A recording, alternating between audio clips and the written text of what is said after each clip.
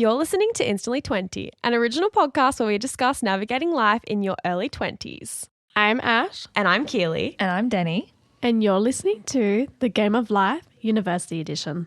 You've heard that there's a third voice joining us again, a familiar voice, Danielle. Hello. Welcome She's back. Welcome back to Instantly 20. We are so happy to have you here today.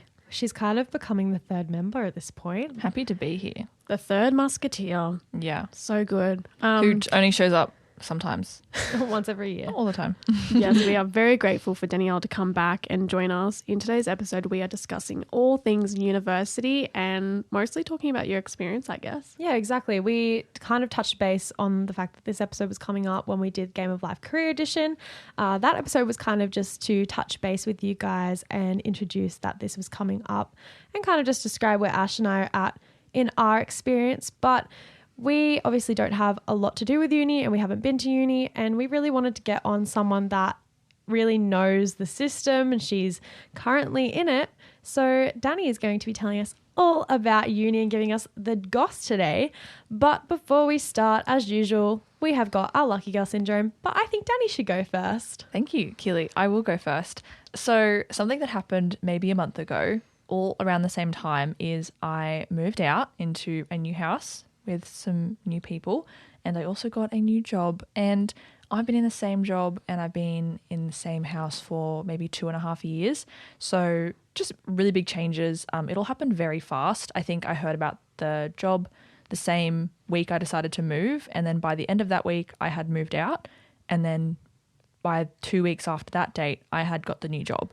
So it was a job promotion. Yeah, on my current job, which we'll talk about a little bit later. But yeah, it happened very fast. I'm very grateful for it. I've enjoyed the past 2.5 years, but I'm really excited to see where these changes take me. And we're so excited because we can finally go visit her because she's got the space for us now. And yeah, got a spare bedroom. Sleepover. We're going to go raid Danielle's house soon. Yeah, we're just going to show up and be They like, will. hello, give us So food, exciting. feed me. You also work at the university I do, yeah. That's where that I you work. attend. Yeah, just in inquiries, so just assisting students with anything they have to ask or any concerns they have. So it's definitely a job that exposes me to a lot of different people who attend university. Which is perfect. She'll be able to answer our questions today. Exactly. I love your lucky girl syndrome. It sounds like everything's happening all at once. If you guys listen to episode 1, we're backtracking a little bit. Oh my gosh, it's so long ago. Keeleigh and I think, was it episode 1? Yeah, we both moved and started a new job at the same time. Yes. Isn't Yep. that crazy? We just feel like these things happen at the same time for some reason, especially within our friendship circle. It's just always like, if you're going to have a change, everything changes all at once. And yeah, I feel like it's always been quite a positive experience. So we wish you the best, and we're very happy for you that you are having these positive changes in your life. All Ash, you're right. next. My lucky girl syndrome. You know, I was struggling to think of one. And then I thought, it's sitting right in front of me. Danny has agreed to come back and to be our expert in today's episode. So my lucky girl syndrome is that she is here. We're spending some nice, good quality time together and able to discuss this topic, which I'm really excited about. I get to That's so share in this cute. Instantly 20 experience, Oh, which so I good. feel very lucky for. Oh, guys. Mine is just so random in comparison to all this cuteness going on. You guys might remember in the You Ask, We Tell episode, we talked about irrational fears, and the girls know I have a very irrational fear with parking, and I'm so scared at all times that something's going to happen to my car. I'm going to get fined. It's going to get towed. Like, doesn't matter where I park it. I'm so scared all the time. I feel lucky because my boss recently gave me a pass to park in the underground car park near one of my workplaces for free, which is where I've been working the most at the moment. And it's been so good because I can just leave home a little later. I don't have to park 6 million streets away. It's nice because at nighttime, if I finish, I don't have to walk in the dark. And it's really been helping with my irrational fear, and I don't have much parking anxiety at the moment. So that's been really nice. That's nice. I love that. It's been really good. Very cool. All right, we might jump into it. So going back onto our last episode, so we've been calling this segment the Game of Life. Anyone, I don't know if it's a just Australian game actually, but anyone growing up in Australia probably played the Game of Life. It's a board game, honestly one of my favorites, but at the very start of the game, you always choose either career or university. 2 options you have to choose, but I feel like we are all presented with the same choice when we leave high school. Do you want to go straight into career or do you want to go to uni? Like, you've got the choice. So, Ash and I chose career, and our good friend Danny over here chose uni. So we're really excited to talk about this one today. It's going to be a bit different though, because Ash and I haven't done this before, but we're going to be doing an interview style podcast. This might be something we do a lot more going into the future, so we're really looking forward to doing this. So yeah, we're going to take turns questioning her on her experience. But yeah, Danny, are you ready?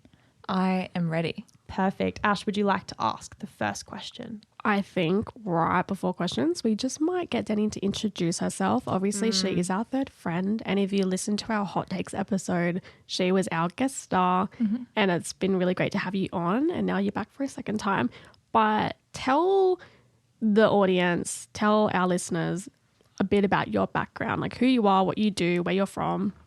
So I think we mentioned this in the Hot Takes episode as well, but we have known each other for quite some time.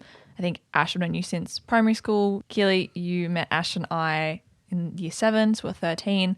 So it's been quite some time that we've been friends. And so you guys have seen me grow up through high school.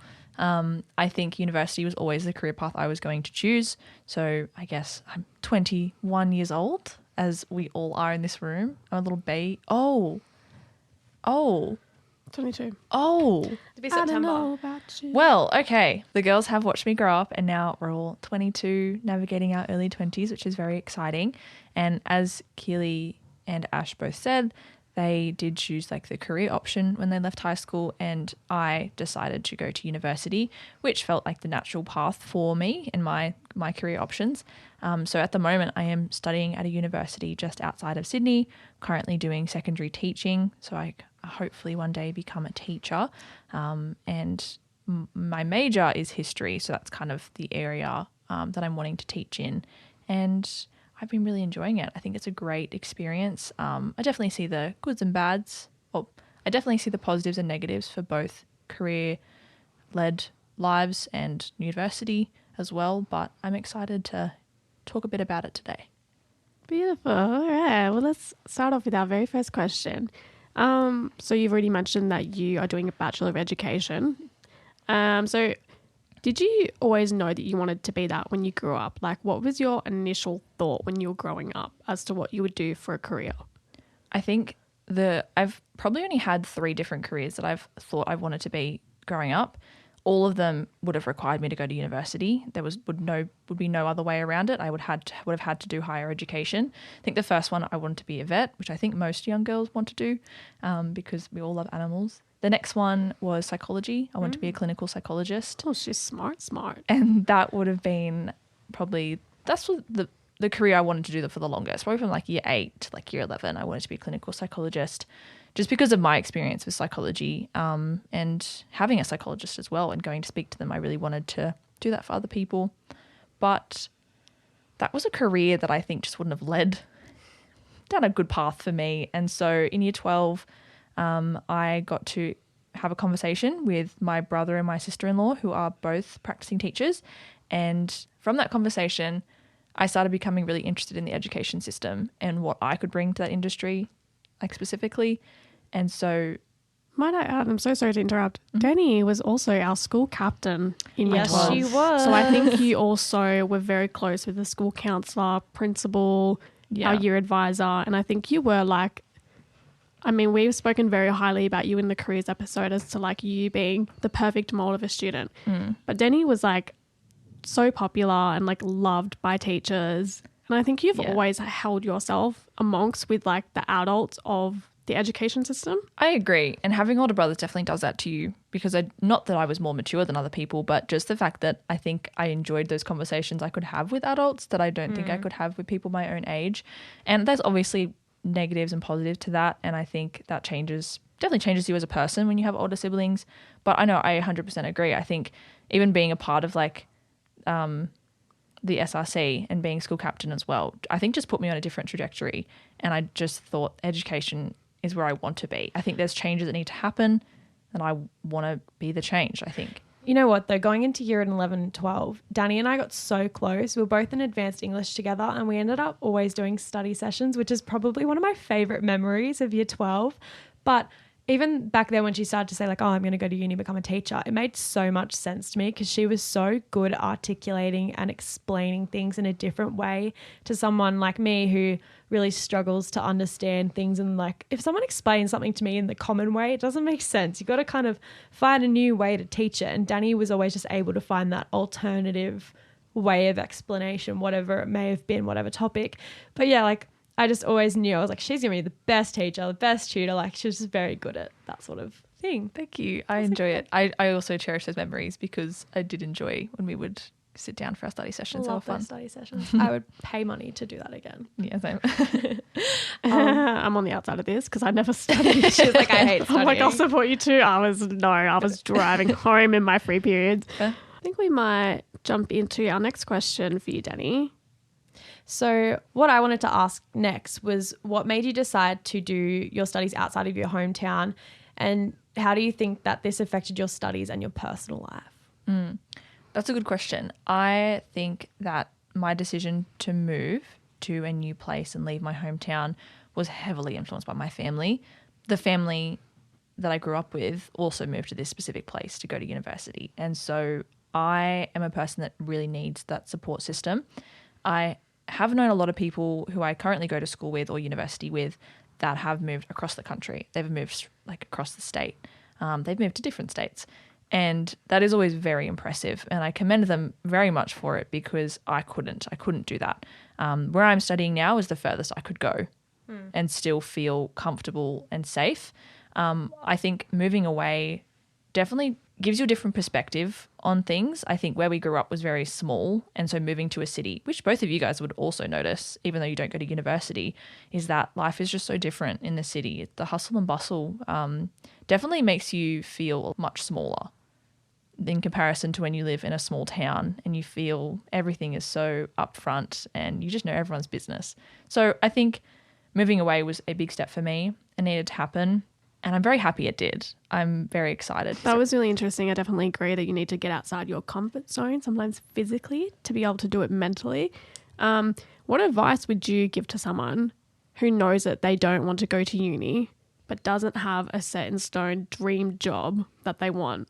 TAFE would be my only advice. I think that university is too expensive to be going to degrees that you're not certain you'll use. And I think TAFE gives you so many good avenues for careers that why go to university? The only thing you're going to gain from going to university and you don't know what you want to do is the traditional like culture of university experience, which is interesting and fun. But you only really get that when you live on campus. So if you're just sitting here thinking, I'm not really sure what I want to do, where should I go? Definitely don't go spending money and racking up your HECS loan. It's just, it's too expensive. And some of the content and the subjects that you will have to be a part of, it'll make you bored. It's interesting that you said that because that's exactly what we said in the careers episode. Yeah, I was about to say that as well. And it's just like such a good way to get your foot in the door somewhere if you're like not 100% sure. And then it can lead into being a pathway to go to uni down the track if that's something you end up wanting to do because it helps get your foot in the door there. And then if you're having like second thoughts about something, you don't have to like run into that problem where you're like, oh, like, you know, TAFE is such a short course. It's very quick. Exactly. And something that... Commitment. Something that I deal with a lot at work because I work at the university is that people are always calling up saying, I have my Cert 4, my Cert 3, like what can I do with it? And there's so many things because I'm not going to get in the technicalities of it because it is quite complicated how it's all converted and everything. But there are so many potential pathways when you just have like a Cert 3 and a Cert 4, so many degrees you can get into. Once you know what you want to do or an area that you want to continue working in for some time, the possibilities are endless. Like once you just get your foot in the door, once you just like have a thought process, have an idea, I think you can do so much with it. But it's just TAFE is a safer option than university. This kind of leads into my next question for you. What piece of advice would you give to someone who just finished their university placement but is now having second thoughts about their career choice? That's a really great question. Specifically for education, I was telling Keeleigh earlier, the cohort drops from around 900 to 300 at the end. What's a cohort? Oh, like cohort is the group of people. The group, okay, yeah. The group of people, drop from 900, usually around 900 each year. And then by the end of all the people that were admitted that year, they then like it just reduces down to like 300-400 people, and That's crazy. you know each other because the cohort's so small. Eventually, and I think we have 3 placements in education, Yeah, wow. so we have much more opportunity to see what it's like, which is a good thing because education is such a huge career choice to make. And I think if you go to placement, have second thoughts about it, the first thing I would say is just immediately put your degree on hold, because you do not want to continue studying and racking up your HECS debt to then go, oh, wait, maybe I want to transfer. I get a lot of people calling about this all the time. And I think if you've finished a placement and you're not sure whether this career is for you, you need to take a break. You need to reevaluate where you want your career to go, or whether maybe the placement wasn't great. Maybe there was aspects of the employment area you were working in or the people you were working around that changed your opinion. Really, really good insight to it, because I think sometimes we might go, oh, this trajectory isn't like for me, when maybe it was like the lady that was teaching you or the man that was being your guide. Maybe it was the Very people true. around you or the environment. School. All the kids at the school. 100%. That can be like applied to all different kinds of workplaces and university degrees as well. And never feel pressured to continue your degree if you don't think it's going to be right for you. It's at the end of the day, it's money that you're going to have to pay back. Do not do courses if you think that Just for the sake of it. for the sake of it. If you think that people would be disappointed if if I drop out. No, people will be more disappointed that you're unhappy. Yeah. They want exactly. you to Absolutely. thrive. Yeah. That's a really good point. Moving on to the next question. How do you feel that you have personally juggled your social life, employment and uni over the last few years? I think my first 2 years, I'm a bad example of someone that juggled it well, because I feel like I became very introverted. Didn't live on campus. I had some friends I moved with, but I didn't have a great social circle. And I really just preferred seeing you guys. And I don't know, I really struggled with the social side of it. And I think what made me get out my shell to start juggling those 3 aspects better was joining groups and being able to communicate with people and like spend time with people that have similar thoughts and ideas and experiences to you as well. It's always easier to open up to people when you feel like you can connect with them well. And I think I'd say like my first 2 years, I didn't enjoy my first job when I moved to university, which wasn't my current job now. And I obviously didn't have a great social circle, like I mentioned. And I think although my studies, I was doing great. I did fantastic. I was getting the highest marks I could possibly get. So I think that aspect I thrived. But now that I've been really enjoying my job, I have a much bigger social circle and I am enjoying my studies. I feel like even though I might not be getting the same marks that I was in my first year, I'm getting more out of the content. It's more balanced. I think this question is very interesting, the way that you answered it and said like the first 2 years of your degree, we were also still impacted by COVID. So people were hesitant to go out, Very true. make friends, socialize. So yeah, I feel like that's a very common experience for people to have had the last few years with going to university, making friends, getting outside their house, juggling all those 3. Because it definitely was just after COVID happened. And I did spend at least a semester and a half in lockdown and studying completely online, which is definitely a preference and not everyone enjoys online. So I think that's a really good point. I hadn't thought of it that way, but I think you're right. Do you think that COVID negatively impacted your studies? Do you have any like particular feelings about that? Or? I don't think COVID impacted my studies negatively. I'm someone that can learn either way. I can learn online or face-to-face, and I liked where I was living and I didn't struggle with money. So any aspect that people have mentioned about COVID could be something that made them struggle, but it didn't affect me personally. Although people do often call and speak to me while I'm working about the fact that they feel that COVID has impacted them in a way where their career that they did kind of decide on when they started university isn't what they want to do anymore because of that break. They've almost reevaluated their entire like pathway because of that. And so I think that COVID has been huge for some people. We literally said that in the careers episode. We were just discussing how we feel like a lot of people had a lot of time to reflect on and maybe change where they were going with their lives. But I definitely feel like that would have played into degrees. Yeah. You've been mentioning a lot about money, and we mentioned earlier about a HECS debt. With the current cost of the living crisis, does a HECS debt worry you right now? Yeah, it does. That's it. I mean, I don't feel nervous about sharing this, but at the end of my degree, it'll probably be like 40,000 in a HECS loan. And if anyone been watching the news, indexation was a huge thing where people had paid maybe 7 to 10 grand off their HECS debt in a year, and indexation made that completely just return. It's added back 7 to to 10 zero. grand. Yeah. Not so zero, but like back to where you were. it just added to the balance again. So I think that it is concerning. I'm not economically minded. I don't understand the system that well. It does worry me. It does concern me. But at the end of the day, this is the career I want to do, and I can't be a teacher without going to university. So having that HECS loan is just something that I have to wear. In saying that, though, there's so many scholarships you can get. Universities have so many. If anyone's at university at the moment and hasn't looked at their scholarships like page for their specific university, please do. There is so many. I apply for them all the time. You know, you might not be successful, but you should apply for them. Give it a go. Like, put your What do you hand have to out. lose? Exactly. Like, no one's going to judge you. And I think, just look around and see what you want to do. And also, other universities will subsidize degrees in a way that some other universities don't. Yeah. So shop around. Yeah, I mean, although you're wanting to think about location, in the current cost of living crisis, you do need to worry about your HECS loan and how much is that's going to look at the end of your degree. 100%. The next thing I wanted to ask was, do you feel that having the pressure of choosing your career and degree at 18 years old is fair to someone at that age? Like, do you think that 18 and in year 12 is way too young to like make a massive decision about that? Like, that falls back into the HECS sets and stuff. Like, that's a big responsibility and choice to make at that age. Like, what do you think about that? No, I think it's completely unreasonable to expect 18-year-olds to pick a degree that will then satisfy them for their entire career.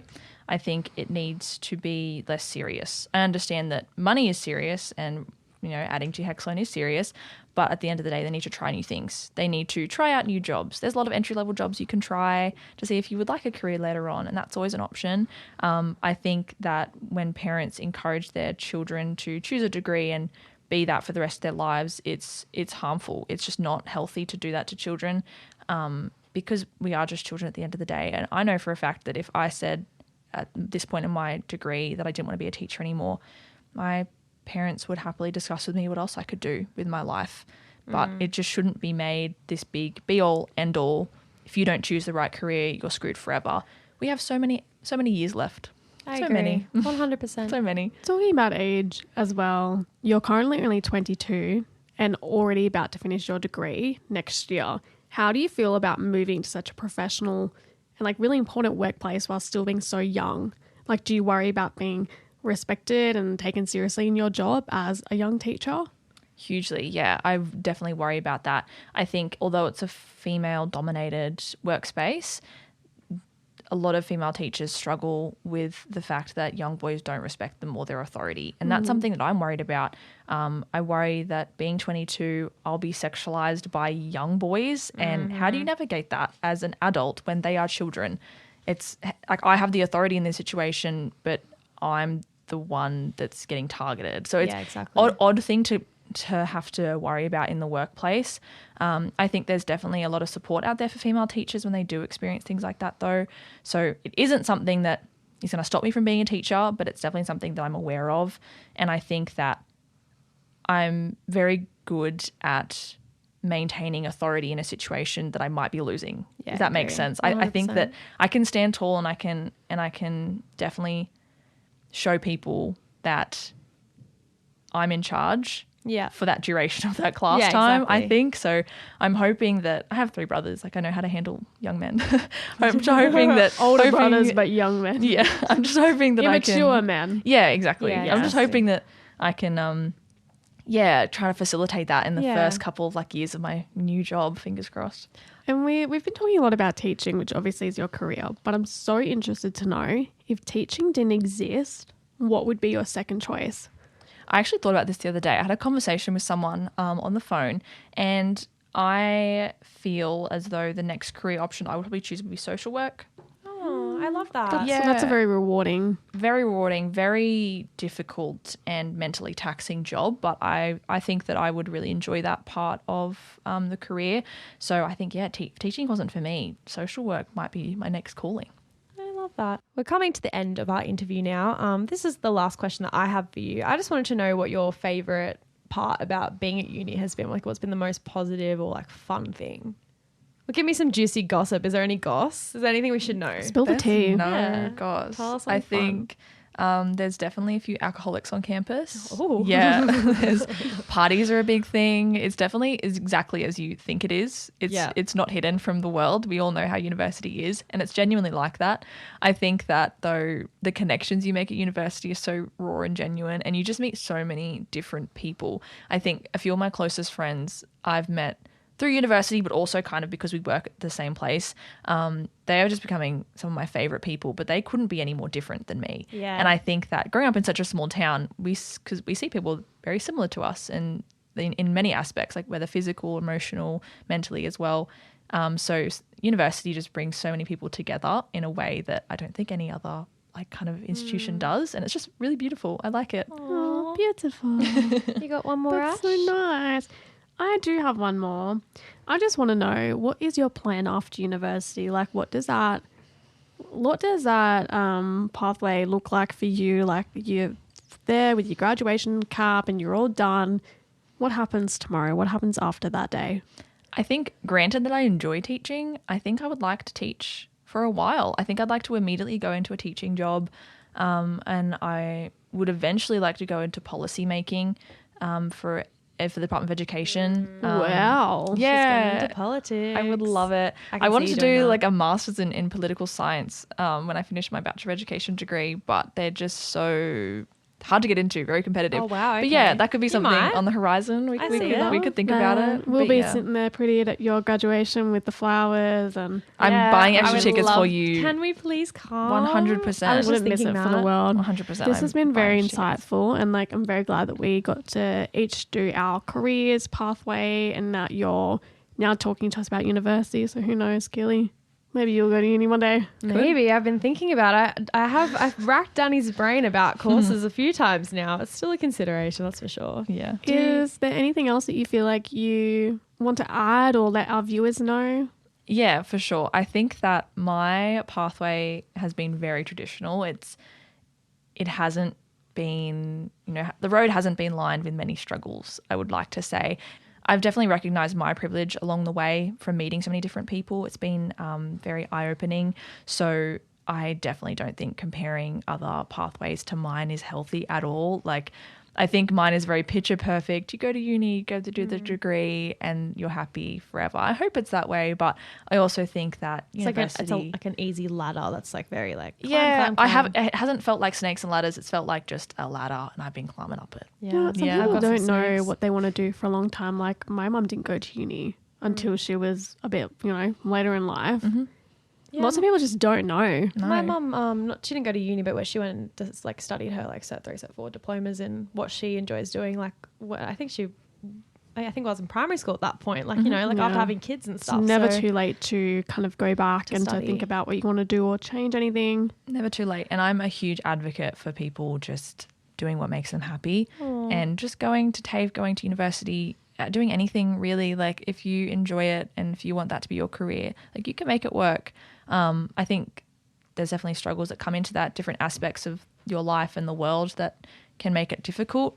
But I just hope that, anyone that wants to do anything, I just hope you try at least or even consider it. I think that's important. That's so beautiful. nice. Thank you for coming on again. We've really appreciated having you. And this was really fun. I think moving forward in the future, I'd love to do some more interview style. Yeah, for sure. Days You guys did podcasts. so well. I Thank love the you. questions. You're so... Love. We really thought hard journalism. about this. We were very excited to write down the questions. I'm very really excited. fast. It was very good. I'm very, Thank very happy. you. Thank you for letting me share my story. It's been That's okay. very, very fun. Thank you for coming. Thank you so much, Annie. We're looking forward to hearing your thoughts on this podcast today. If you guys liked the interview style, We actually do have another guest already lined up to go. So she will be a surprise in the coming months. So you've got that to look forward to. And I'm sure we will be having Danny back on very soon. So please let us know if you like this stuff. Obviously, we love our solo episodes with just the two of us, but it's so fun to have a third voice on. Yes, beautiful. Beautiful, she says. Oh, you know, Danny told me the other day. What were you saying about beautiful? I hate how you say it. Oh yeah, she said it gives her the Oh. ick. It makes my skin crawl. Yeah. I'll listen to it in the podcast and be like, oh my God. I feel Yeah, like every my time I eyes say twitch. it, I'm just going to think about you. Thank you. I'm glad. I've made a permanent etch on your brain. Please Oh, let us know if the word beautiful is triggering. No, you it's also. just like the enunciation of syllables. Beautiful. That made me Yeah, sick okay. too. Don't Yeah. do that again. I will Yeah, never do that Keeleigh, again. that made me cringe. It's my was you. catchphrase. All Can right, you ladies, not? we're going to wrap it up. Thank you again for joining us, Danny, and we look forward to being in your ears in 2 weeks. Please be there stay or be tuned. square. And follow us on TikTok. Send us emails if you have any thoughts. Emails. Yeah, we've got our email. Send us your graduation details. We'll be there at university, Please. supporting you, cheering you on. Send me your through. university questions and I will answer them. Yeah. Absolutely. Anyway, guys, we will see you in a few weeks. Have a beautiful rest of your day. Thank you. Bye. Bye.